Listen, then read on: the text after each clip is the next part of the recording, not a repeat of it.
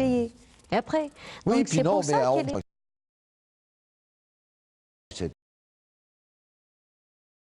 etc. Bon, elle n'a pas ramené la sienne, mais j'ai fait exprès Enfin, j'ai dit que les deux fiancés se regardaient, que la cousine et son fiancé se regardaient, c'est-à-dire, au lieu de chercher un travail, au lieu de chercher ça, de chercher à comprendre je ne sais pas quoi, elle cherche une guitare. Donc ça aussi, c'est une différence de mentalité. Et il y a aussi... le concept de pourquoi j'ai choisi ami homme et non pas ami femme, c'est juste pour dire que un homme et une femme peuvent être amis, tout simplement. Oui, oui. Parce que le lecteur peut s'imaginer, voilà, Yousri, il s'appelle Yousri, voilà, c'est lui l'acteur, ils vont se marier, etc., etc. J'ai complètement détourné les choses parce que Ben c'est juste oui, un mais ami. parce que Voilà. chez nous, on attend toujours, comme dans les feuilletons, hein, vous savez, le héros positif. Ouais, Hein, voilà, le qui va héros très vite se positif. changer en amoureux transi et en futur mari. Voilà. Bon, bah ça c'est le grand classique. Hein. Ouais. Bon, on peut pas comprendre, on peut pas s'imaginer que tout d'un coup, bon, ils vont être tout simplement amis. Lui, ça va être son guide à travers Voilà, et ce en pays. plus, il a tout d'un coup disparu. Oui. Il n'est réapparu qu'à la fin de... Oui, il n'a pas une grande importance. En fait, pour moi, vous savez, il représente, je dirais presque cette partie masculine de cette région-là. Il lui dit, bon, ne crois pas seulement que il y a, comme on dit chez nous, excusez-moi l'expression, Nefuschlarem, et puis ceci, etc., voilà. le baroud d'honneur et tout. Il y a aussi la masculinité qui est ouverte, qui Voilà. peut discuter avec une jeune fille sans qu'il y ait, je veux dire, arrière-pensée, etc. Et c'est un personnage fort sympathique, très ouvert, très intelligent, très pétillant, je dirais. Voilà, et pourtant il a toujours vécu en Algérie. Voilà. Oui. Donc c'est pour dire que la société n'a pas que, enfin, n'a pas que du mauvais. Voilà, il y a quand même des gens qui Oui, sont, c'est pas comme je ça. ne dirais pas hors norme, Ouais. mais des gens qui sont différents, Ouais, tout bah parce que simplement. nous, Différents en dans un Algérie, sens. on n'aime pas trop les différents tons de gris, alors que vous savez que c'est la couleur qui a le plus de tons, hein, Ouais. le gris. Hein, Ouais. c'est-à-dire, elle se décline, il y a des millions et des millions de gris. Hein, on aime bien que ce soit noir ou blanc. Ouais. On aime bien ça. Pas de Attention, milieu, voilà. commence. Non, c'est pas. Ou c'est ça ou c'est ça. Non, Ouais. c'est pas. La vie n'est pas comme ça. Ouais. Et notre société est loin d'être comme ça. Il n'y a pas de société au monde qui est comme ça. Alors. Bon, on ne peut pas aller dans le détail de votre roman parce que ce n'est pas le but de l'émission. Le but de l'émission, c'est un peu de voir comment tout ça fonctionne, parce qu'il va y avoir des moments terribles où, puisque justement on ne veut pas lui dire la vérité quand elle va à la quête de sa mère, eh ben elle va exploser. C'est-à-dire qu'elle va se retrouver dans une situation qu'elle ne peut plus gérer dans sa tête. Ouais. Hein, elle va faire une crise d'hystérie terrible. Et là, il y a, pour moi, ce qui est la plus belle partie de votre roman, Junior Lys, c'est-à-dire les moments en internement. Hein, c'est-à-dire, elle va être internée. Et là, on passe dans votre roman à quelque chose qui est, comment dirais-je, totalement différent de tout ce que est la partie et demie, je dirais, du premier chapitre. Vous basculez dans une écriture qui est celle de l'enfermement, mais en réalité, si on lit depuis le départ, on se dit, cet enfermement nous est annoncé.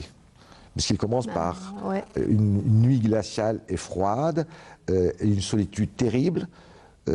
Cette solitude, et quand on veut chercher, on veut s'ouvrir, etc., il faut payer. Ouais. Et Brenda va payer. Elle va payer même cher, très cher.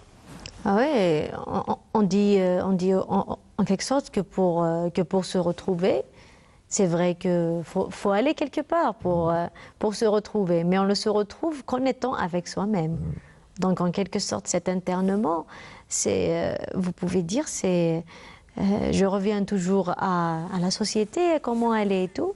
C'est-à-dire, si tu es dans une société, soit tu te conformes à la société, soit tu es comme tout le monde, soit tu pars, ou soit tu es interné. Voilà. Ou bien soit tu restes seul, tu resteras un éternel extraterrestre, même si vis-à-vis de la société, tu es un être humain normal, mais avec toi-même, tu ne vas pas te sentir à l'aise. Donc c'est ce que je voulais dire. Brenda ne s'est pas retrouvée dans son nouvel environnement, des gens qui ne veulent pas lui dire la vérité, des gens qui ne veulent pas parler de sa mère. Donc c'était en quelque sorte à elle une réaction, disons, naturel. Donc elle a piqué une crise et c'est ce qui l'a mené à se retrouver d'abord avant de retrouver sa propre mère. Donc, et de là, le titre du roman, Aussi loin iras-tu, c'est-à-dire, imaginez-vous, une fille qui a quitté sa mère à 4 ans pour aller dans un pays inconnu et qui finit par revenir pour, disons, la plus stupide des raisons, parce que son père ne veut pas de sa présence. Elle ne veut pas d'elle, elle veut se débarrasser voilà, d'elle. Ouais. à cause d'une femme, voilà, je vais envoyer ma fille en Algérie. Donc, et c'est à cause de ça qu'elle se retrouve internée. Et des fois, quand un malheur nous arrive, on se dit pourquoi moi et pourquoi ça et pourquoi maintenant. Alors justement, c'est ça. Pourquoi ça et pourquoi maintenant? C'est justement parce que c'était le moment de retrouver sa mère, tout simplement. Mais quelque chose de journaliste. On dirait que vous aimez beaucoup ces histoires de la tragédie grecque, où c'est la force du destin qui vous amène vers ce chemin. Hein, parce que c'est incroyable, hein, cette histoire de Brenda. On aurait pu dire, bon, elle aurait pu, après tout, elle rentre en Algérie, lui dans le luxe, c'est bien, formidable, etc. Pourquoi elle va se poser autant de questions. Elle n'a qu'à vivre, et puis, je dirais béatement, hein, pourquoi se poser autant de questions, etc. Parce que dès que commence à se poser des questions, il faut en payer le prix, hein, pour les réponses. Hein. Voilà. Elle va le payer, ce prix, hein, Ouais. très cher même. Hein. Mais, quelque part, le destin fait qu'elle en trouvera les réponses, parce qu'on peut payer le prix sans trouver les réponses. Mais là, dans votre roman, ce qui est très beau, c'est qu'elle va trouver la réponse. Et de quelle drôle de façon. Je ne dis rien, mais quelle drôle de façon. Parce qu'il va y avoir 3 objets qui vont faire qu'elle va trouver enfin les réponses à ces nombreuses questions. Bah, je le dis comme ça pour ceux qui nous regardent et qui vont, j'espère, lire votre roman. C'est quand même très beau, cette symbolique de l'encre. Parce que c'est comment être ancré à ses racines. Jamais on ne peut en réalité complètement être ce qu'on appelle déraciné. Un symbole du pendentif avec une encre, c'est voilà. C'est pas seulement ça. Quand quelque chose est censé arriver, elle arrivera. Ah, que vous soyez au bout du monde ou ce n'est pas... C'est le fatum alors. Bien sûr. C'est plus que le destin, c'est le fatum. Voilà, c'est comment on l'appelle, c'est le karma, je pense, c'est ça. Donc, voilà. Donc j'y crois, et pas du point de vue religieux enfin, oui, ou je sais pas, mais je crois qu'il y a une certaine sur le plan spirituel, spirituel, une certaine force qui nous guide à chaque fois vers ce qu'on est censé faire. Il y a des signes, il y a des et encore, si les gens ne croient pas à cette histoire, ils vont se dire voilà, c'est très beau, comment une femme a pu être internée, etc. Figurez-vous qu'après la parution de ce livre, un ami m'a raconté l'histoire d'une fille qui a lu ce livre et qui avait la même histoire. Exactement la même histoire. Et c'est ce livre qui l'a poussée à se demander sur sa propre mère à elle. Et c'est avéré être presque la même histoire. Donc, vous savez, ça arrive. Ouais. Nous arrivons au terme de l'émission. Journaliste, très agréable. Alors, évidemment, le titre est très évocateur. Aussi loin iras-tu, de toute façon, ton destin ou ton karma, comme vous voulez, ou ton fatum, comme disaient les latins, hein, eh bien, il te rattrapera. Tu ne peux pas échapper à ton destin. Aussi loin iras-tu. Aussi loin iras-tu. Voilà, Junior Lys, Aussi loin iras-tu, paru aux éditions APIC. Je rappelle que vous avez été nommé dans les 10 meilleurs romans par le prix Escale littéraire, même si vous n'avez pas eu le premier prix, en tout cas vous étiez dans les 10 meilleurs romans, de toute façon, c'est choisi par le jury. Et puis, rappelons-le, le titre de votre premier ouvrage, votre premier roman, L'arbre infortuné, j'espère, sera réédité, qui pourrait peut-être, même si les histoires peuvent se lire l'une sans l'autre, l'une sans avoir lu l'autre, mais quand même, où il y a 2 personnages, en tout cas, essentiels, pas les plus principaux, mais essentiels de votre roman, qui sont la mère et le père de votre personnage principal, Brenda. Donc c'est Puis, déjà est-ce qu'il y a une suite là sur Brenda et... Je ne crois pas. Non. J'ai pas Enfin, c'est préparé. autre chose complètement. J'ai pas préparé de suite. Ça fait quand même plaisir d'être.